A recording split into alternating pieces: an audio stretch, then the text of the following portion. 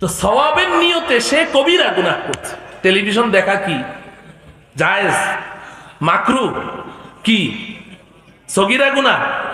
কথা বলে না নাকি? আমার সাথে আপনাদের কোনো দ্বিমত আছে? দ্বিমত থাকলে বলেন যে না হুজুর, টেলিভিশন দেখা এটা ওয়াজিব অথবা মুস্তাহাব, বলেন একটা কিছু। আমি একজন ইমানদার মুসলিম হিসেবে আমি যে কাজগুলো করব, এই কাজগুলো তো দুই জায়গায় যাবে, হয় নেকির পাল্লায় না হলে বদির পাল্লায়। তৃতীয় আর কোনো পাল্লা আছে? আর কোনো পাল্লা আছে? তো তাহলে আমি যেই কাজ করব এটা হয় নেকির পাল্লায় পড়বে নাহলে বদির পাল্লায় পড়বে। আপনারা ফতোয়া দেন, টেলিভিশন দেখা এটা কোন পাল্লায় পড়বে? নেকির পাল্লায়? কোথায়? আমার সাথে একমত তো আপনারা? তো একটা গুনাহ করছে, গুনাহের কাজ করছে, কিন্তু সে সওয়াবের নিয়তে করছে। যদি সওয়াবের নিয়তে নাই করতো, আমার সাথে এত গর্বের সাথে এই কথাটা বলতো না সে।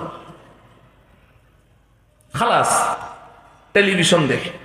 এরকম কাজ কি শুধু ওই একজন মুসল্লি করে, নাকি শত শত হাজার হাজার মুসল্লি, হাজার হাজার অনেক দিনদার সাথীরা এই নিয়তেই দেখে যে ইসলামী আলোচনা শুনি, ইসলামী চ্যানেল দেখি, এই সওয়াবের নিয়তে করে।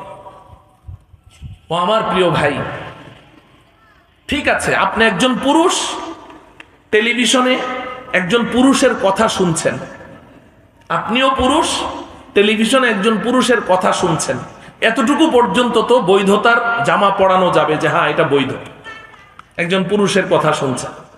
কিন্তু এই যে টেলিভিশনে আপনি বসে আছেন, সর্বক্ষণ কি শুধু পুরুষের ছবি আপনার সামনে আসছে নাকি মহিলাদের ছবি আসে? কথা বলে না? মহিলাদের ছবি আসে না? এখন যত সংবাদ পরিবেশন করা হয়, এই সংবাদগুলো অধিকাংশ পুরুষরা পরিবেশন করে না নারীরা?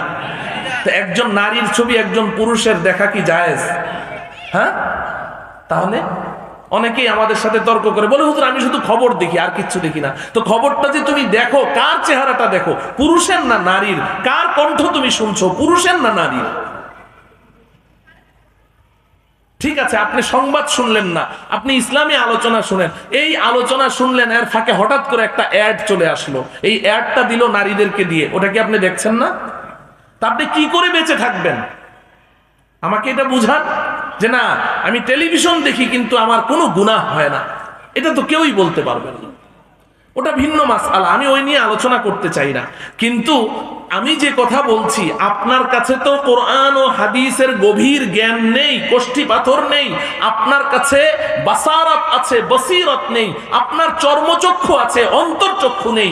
অন্তর্চক্ষুর মালিক তো তারা যাদের কাছে কোরআন ও হাদিসের গভীর জ্ঞান আছে, তারা হলো আমিকুন নজর, তারা হলো সাহেবে বসিরত, তাদের কাছে ওই চোখ আছে, তারা তো সত্য মিথ্যা এবং হক আর বাতিলের মধ্যে পার্থক্য করতে পারে।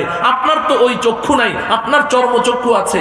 আপনি এখন টেলিভিশনে বসে আছেন, এক চ্যানেলে একটা আলোচনা শুনছেন, একজন আলোচক খুব সুন্দর করে একটা কথা আপনাকে বুঝালো যে এটা হালাল কিংবা এটা জায়েজ, সুন্দর করে দলিল দিয়ে বুঝালো। এরপরে চ্যানেল আরেকটা ঘোরার পরে দেখবেন আগের হুজুরের চেয়ে আরো বড় আরেকজন হুজুর, দাড়িটা আগের হুজুরের চেয়ে আরো লম্বা, পেটটাও আরো বড়, মাশাআল্লাহ বড় শানদার, পাগড়ি পুগড়ি আছে। উনি বলছেন যে যেই কথাটা আগে শুনলেন দলিল ভিত্তিক যে ওটা হালাল, এই হুজুর বলছেন ওটা হারাম। এই হুজুরও কোরআন হাদিস দিয়ে দলিল পেশ করছে। তো আগে যখন শুনেছেন তখন মনে হয়েছে ওই হুজুর ঠিক, এখন যখন এই হুজুরের কথা শুনছেন তখন মনে হচ্ছে এই হুজুর ঠিক। এরপরে চ্যানেল আরেকটা ঘুরানোর পরে আরেকজন হুজুর আসবে, মাশাআল্লাহ এই হুজুর আগের হুজুরের চেয়ে আরো সুন্দর। শুনেছি টেলিভিশনে যারা প্রোগ্রাম করে এরা নাকি প্রোগ্রাম করার আগে আপনার ড্রেসিং টেবিলের সামনে সোনো, আলতা, পাউডার, লিপস্টিক সব লাগায়, হুজুররা লাগিয়ে তারপরে আলোচনা করে খুব সেজে গুজে। তো এই হুজুরকে আপনার আরো বেশি পছন্দ হয়েছে, এই হুজুরের রং ঢং আরো সুন্দর, ভাষা আরো সুন্দর, বাচনভঙ্গি আরো সুন্দর। এই হুজুরের কথা তিনি তৃতীয় আরেকটা মত পেশ করলেন, এবার আপনার কাছে মনে হচ্ছে যে না আগের দুই হুজুর ভুল, এটাই ঠিক। কারণ আপনার কাছে কোষ্ঠী পাথর নেই, যে যেদিকে টানছে আপনি ওদিকে উদ্ভ্রান্তের মতো দৌড়ছেন। এজন্য আমি বললাম, ও আমার প্রিয় ভাইরা, বড় সমস্যার মধ্যে আমরা এখন সময় কাটাচ্ছি। এই মুহূর্তে আমাদের করণীয় কি? আমি এ সম্পর্কে দু চারটি কথা আপনাদের সম্মুখে নিবেদন করতে চাই। আমি আপনাদের সকলেরই মনোযোগ আকর্ষণ করছি, খুব মনোযোগ দিয়ে বুঝতে চেষ্টা করেন এই মুহূর্তে আমাদের করণীয় কি। একটি হাদিস হযরতে ইরবাজ ইবনে সারিয়া রাদিয়াল্লাহু তাআলা আনহু নবীজির প্রিয় সাহাবী। এই হাদিসের মধ্যে তিনি বলেন, সাল্লা বিনা রাসূলুল্লাহ সাল্লাল্লাহু আলাইহি ওয়াসাল্লাম যাতা ইয়াউমিন, একদিন নবীজি সাল্লাল্লাহু আলাইহি ওয়াসাল্লাম আমাদের নামাজের ইমামতি করলেন।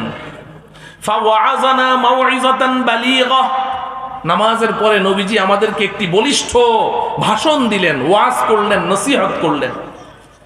জারাফাত মিনহাল উয়ুন ওয়া ওয়াজিলাত মিনহাল কুলুব, সাহাবী বলেন নবীজির এই হৃদয় বিদারক আলোচনা শুনে আমাদের প্রত্যেকটা সাহাবীর চোখ দিয়ে দরদর করে পানি গড়িয়ে পড়ল, অন্তরগুলো একেবারেই নরম হয়ে গেল।